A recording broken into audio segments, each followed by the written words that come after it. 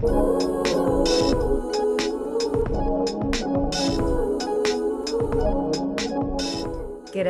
and welcome back to the Building Blocks of Australia Part 2 with your favourite Tartarian truthers, Casey and JoJo. And we're back to wrap up our biggest episode yet. Part 1 of Building Blocks was pretty epic and eye-opening, to say the least, wasn't it, Casey? Yeah, it sure was, JoJo. I mean, in part 1, we went deep into what construction materials were available or not when the first fleet arrived, and what would have been required of our early settlers to start building a new colony. We discussed brick making and glass manufacturing, the tools of the trade, and transportation. Now, in part 2, we're going to take a look into the history of our quarries and stonemasonry here in Australia. It sounds a bit boring, I know, but it won't be. We promise. Okay, so let's get started. As most of you are aware, quarrying is the extraction of natural resources from the earth and is essential for building materials, such as concrete, asphalt, blocks, cement lime pavers, and I mean, the list goes on. So what you're looking at here is an example of what a quarry looks like today. This is the Boral Bacchus Marsh Sand Quarry in Victoria. And it's one of the biggest quarrying operations in Australia, but it didn't start until 1946. This is the time lapse of the Bacchus Marsh Wash Plant upgrade project in 2020. Wow, that's a huge operation, huh? And that's just for an upgrade at their facility, yeah? That's right. It's a crazy amount of machinery needed to run a major facility like that, not only to expand on site, but to continue its daily operations. And that's in modern times with incredibly advanced machinery. So you can imagine what a massive undertaking it would have been back in the day. Let's take a look at what the official history narrative says about how they quarried for building materials in the early days of colonisation. So this is taken from the visitsydneyaustralia.com website. Long before the arrival in Australia of the white man, the soft sandstone of the Sydney Basin was used extensively as a canvas for the art of the native population. With no written language, they recorded their tribal heritage in the form of figures carved into the overhangs and rocky hillsides. The new settlers, who came from a land where stone was used to build dwellings, soon found in the Hawkesbury sandstone a raw material that was perfectly suited to building. The First Fleet's lone stonemason, Samuel Payton, a Londoner who was transported for larceny, was put to work training a number of unskilled convict labourers in his craft. So, Jojo, after learning about this stonemason, I decided to look him up because he must have been incredibly skilled to be able to train up all the other convicts and start the preparations for the building of this brand new colony, right? And this is what I discovered about Mr. Payton. Take a listen to this. Okay, so I've looked up Samuel Payton. He's a lone stonemason that came over on the First Fleet. This came up on the Australian Royalty website. So they're classing him as Australian royalty. But the thing is, when you dig a little deeper into Samuel Payton, which isn't very hard, he was born around 1768, as you can see here. And he was described in 1783 as aged 15 and his mother's 21st child. So these came from Old Bailey session papers. Okay. On the 26th of January 1788, aged 20 years, he arrived in Sydney Cove, which is in Sydney, New South Wales. He was tried at the Old Bailey on the 26th of May 1784 for stealing a piece of woolen striped cloth and found guilty and sentenced to transportation for 7 years. He was again later tried in sessions for another robbery but found not guilty, and then he was additionally indicted for stealing a watch, for which he was sentenced to transportation for 7 years. So this last sentence is interesting. He was described as a stonemason, aged 15, his mother's 21st child. He was transported aboard the ship Alexander. Okay, so he was 20 years old when he got to Sydney, and then they decided that they were going to sentence their one and only stonemason to death in June. So, remembering they only arrived in January. So just a few months later, they hung him because he was caught attempting to steal from the tent of Lieutenant James Furzer. So that's an odd story, wouldn't you say? It's very bizarre that you would hang your one and only stonemason, especially if they were apparently the one that was training up all the unskilled convicts to start building the new colony. Interesting little find there. That is so strange. It doesn't make any sense at all. Why would you basically murder your only stonemason 5 months after you got here? Weird story. I know, it is. It literally doesn't make sense at all. Gosh. So let's skip forward now to the mid 1800s. They've now been in Australia for about 60 odd years, and this is how the quarry situation is panning out right now. By the 1850s, the major quarries of Sydney from which stone was extracted had been built in, and it was no longer possible for them to use.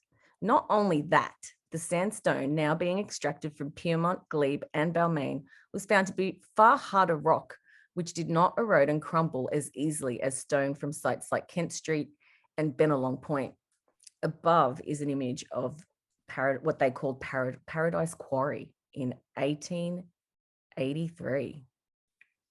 So by going off this image and quote, it's now the late 1800s, and it's still very basic and quite primitive in the way they are quarrying and transporting the quarried materials.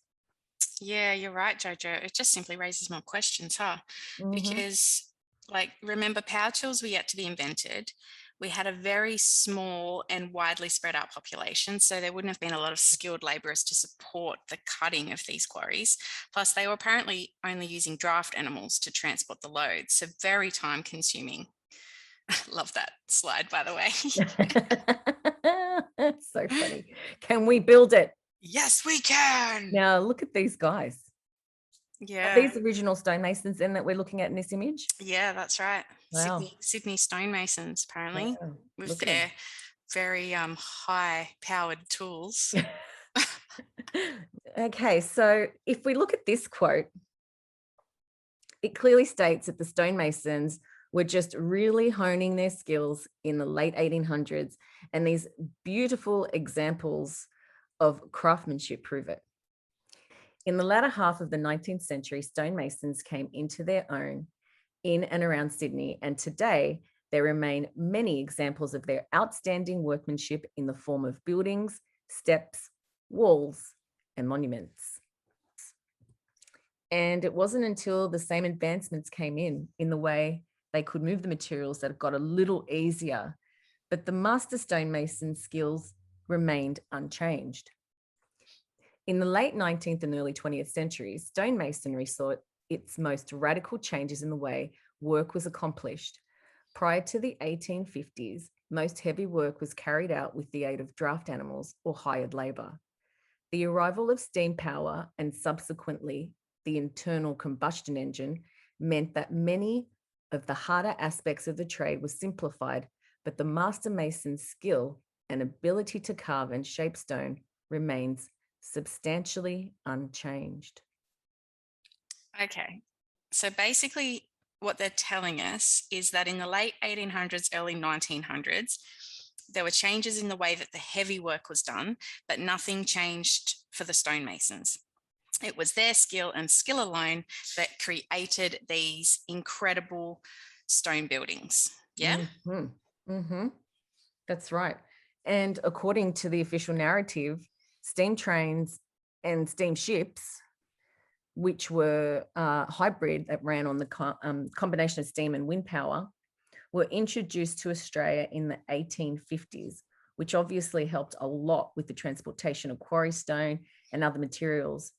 But I'm guessing that would have still been quite a mammoth task, you know, like back in the days, especially when we look at how difficult it is still in modern times to move things, you know, huge amounts of rock and stone, you know, like it just doesn't make sense.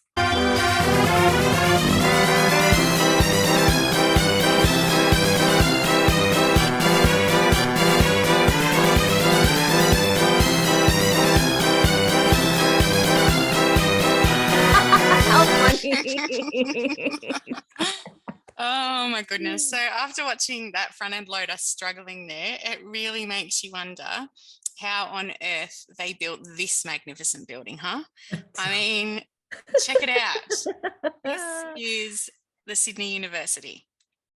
It is absolutely gorgeous, Casey. And, they started building it in 1850, but others say it wasn't, they didn't actually start it until 1854.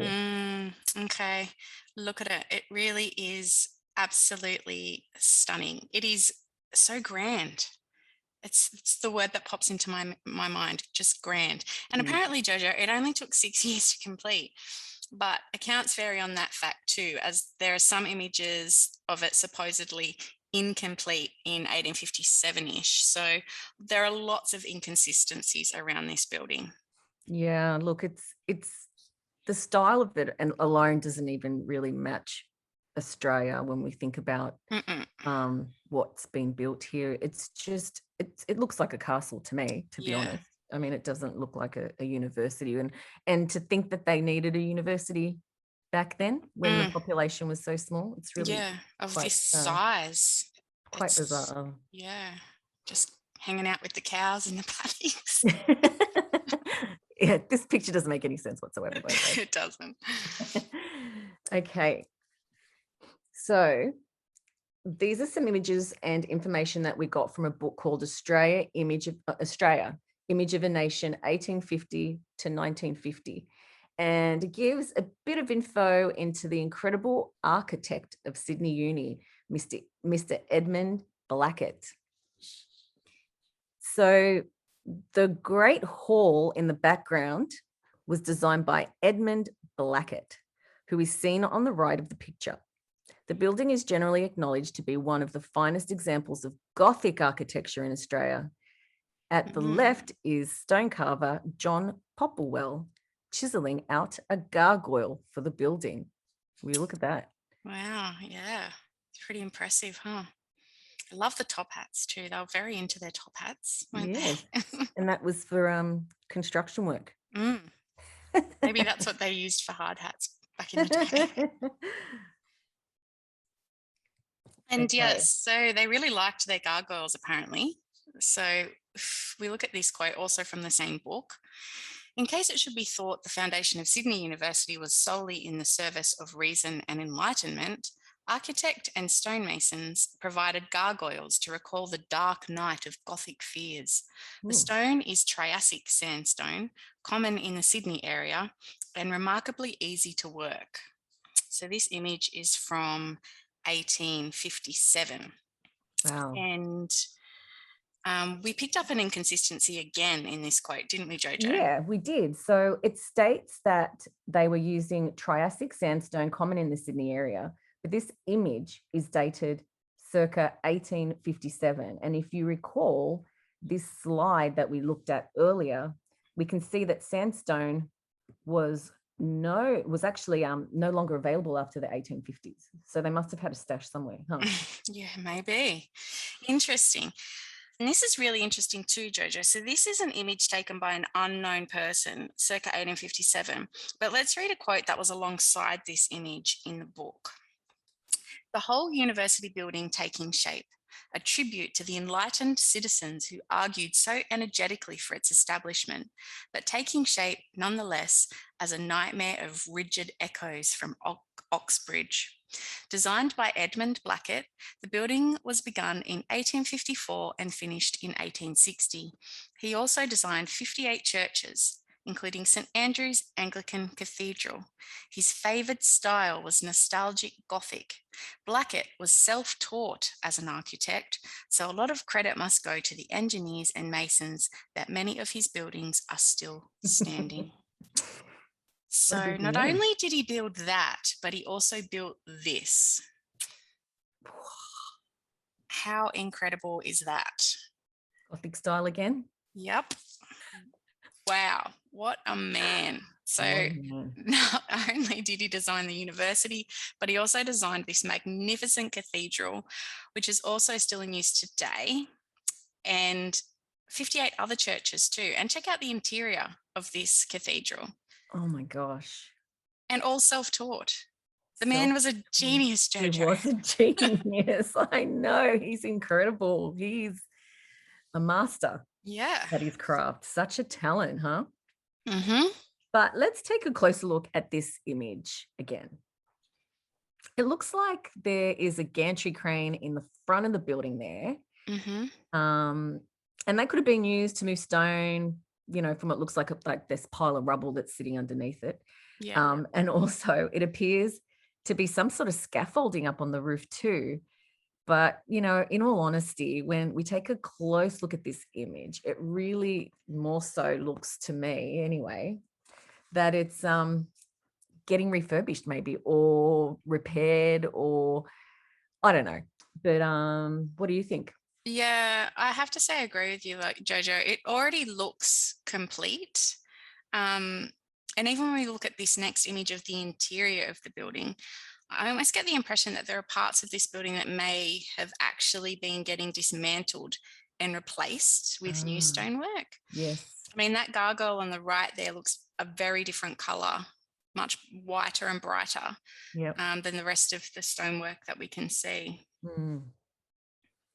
And if we look at these images, which are labeled online and in books as the University of Sydney under construction, but it looks already completely constructed to me. I mean, these buildings seem well and truly completed, and it seems like these men are adding just some bits and pieces to it. Don't you think that, Mm, yeah, especially it this guy? does. And then the men in the photo on the left, I mean, look how well dressed they are, firstly. um, they're looking at some sort of stone tracery by the looks of the window tracery. Is that what that looks like there? Yeah, I think that's what it is. I mean, they're looking at it with wonder and awe, like, What the hell is what it? is this? What do we do with this? Hey, look at that. Yeah. Pretty remarkable, isn't it? Mm. I'm not sure where they intend to put it because all those windows and the tracery already looks complete. Mm, And look at some of these images of it today. The stonework is so detailed and intricate. It really is just such a fascinating building. yeah, such grand design choices, huh? Hmm. And these gargoyles are very popular. Appear to be a big attraction. I don't blame him. Look, and look at the tracery though on these windows. They're all so fine and detailed. Yet, they've withheld the test of time with all looking just so beautiful today. It still Hmm. looks just as beautiful. It does. And to think that it was all done by hand with these basic tools. It's absolutely mind blowing, don't you think? Absolutely, Casey. And it really got us wanting to learn more about stonemasonry and Freemasonry, didn't it? Yeah, sure did, Jojo. So we got a little bit of information together to share with you all. Take a listen to this. So it's an interesting read trying to figure out the whole stonemason to Freemason story. So I've just got a little bit of information from this website called Freemason Hall. So you can go and do further research of your own if you feel that way inclined. But basically, even they're saying that the history of Freemasonry is a tricky thing to capture, not made any easier by its secretive nature and the air of suspicion which surrounds it. So they say that it existed in England from as early as AD 927. First masonry document was written around 1390. But if we go over to this section here, anti-masonry, which I find quite interesting, it goes back as far as Solomon's Temple. It is known that they began to organise possibly as far back as the days of Solomon's Temple. But then there's a whole section of anti-masonry here. So a massive part of their website is about the misconceptions and lies about Freemasonry, controversies surrounding the lodge, the most popular misconceptions, and there's pages and pages of it. So anyway, we don't need to go to that at the moment, but feel free to go and do some reading of your own if you're interested. But yeah, so basically what they're saying here is that stonemasons were always a secret bunch with good reason. The freedom they enjoyed was a rare thing and they wanted to hang on to it. weird story. It became obvious that if their skills were widely known about and practiced, the stonemasons would no longer be so sought after. So the instructors cleverly attached moral values to the tools they used, and when training a new apprentice, they pressed home the importance of the tools to the craftsman and the attitude a stonemason must have towards them. An apprentice was made to feel they had entered into an exclusive circle and that they were bound to their fellow stonemasons through the morals they upheld and through the need for secrecy, which their freedom depended on. All a bit odd to me. I mean, you're just carving stone. Anyway, the transition from this binding guild of working stonemasons to modern Freemasonry is as difficult to pin down as is the origins of Freemasonry itself. So, no one actually knows. But it probably happened in the Scottish lodges of the early 1600s. Down the bottom here, we know that Freemasonry existed officially from 1717 in England. This early incarnation of modern Freemasonry was based around feasts where morals and guidelines were upheld and passed down. Inevitably, the teachings and discussions have changed over the years, but the general idea remains the same. The journey from stonemason to Freemason has been a long one, and it shows no signs of coming to an end, which is another thing that I find a little bit odd. Stonemasonry doesn't appear to be a huge area of employment anymore. It's not like mates that are stonemasons, but people who are Freemasons, right? Like, I have a family member who was a Freemason. He's since passed away. So yeah, it's an interesting little area that has a lot of conjecture surrounding it, I guess you could say.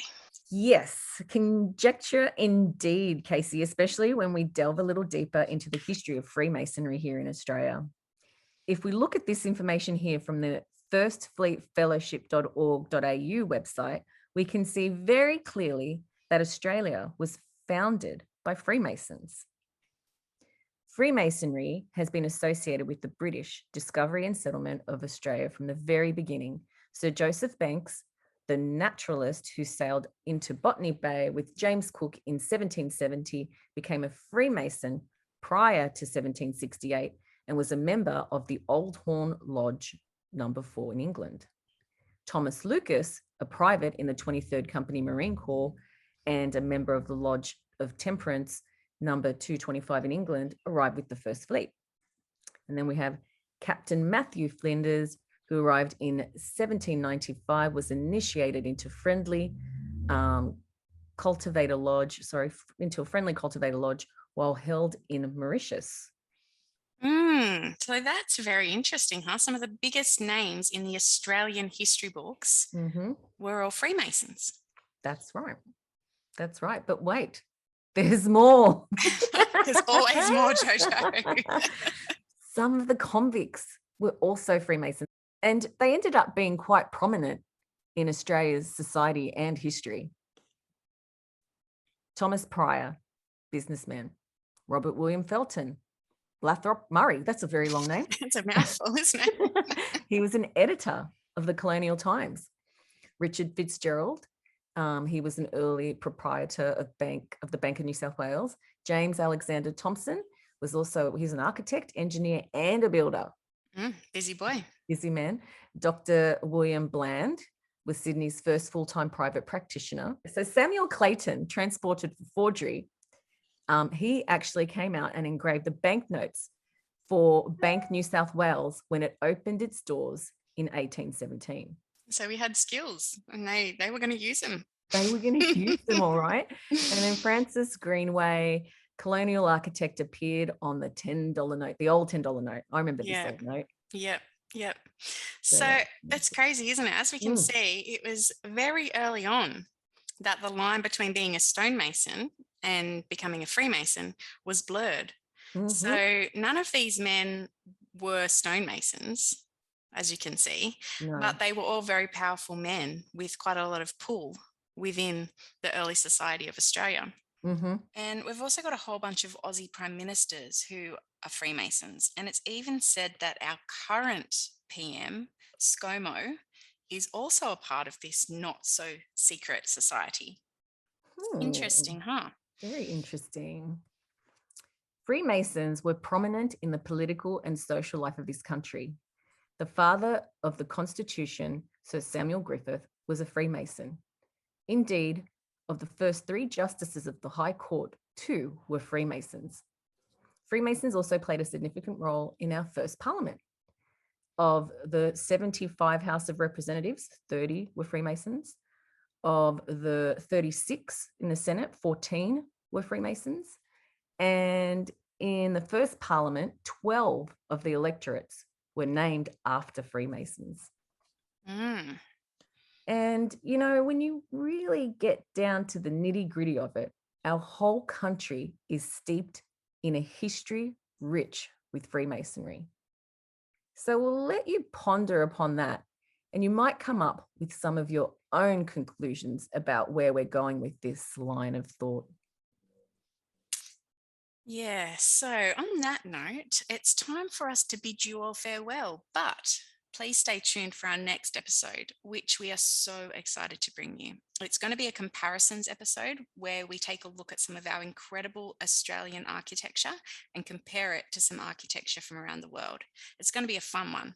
But we're going to leave you with this little clip from everyone's favourite yellow family and longest running predictive programming cartoon of all time, The Simpsons.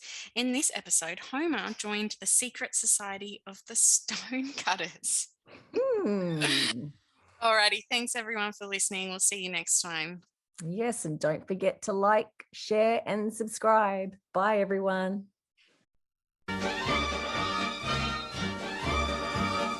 Who controls the British crown? Who keeps the metric system down? We do. We do. Who leads Atlantis off the maps? Who keeps the Martians under wraps? We do. We do. Who holds back the electric car? Who makes the Gutenberg a star? We do. We do. Who robs cavefish of their sight? Who rigged every Oscar night? We do.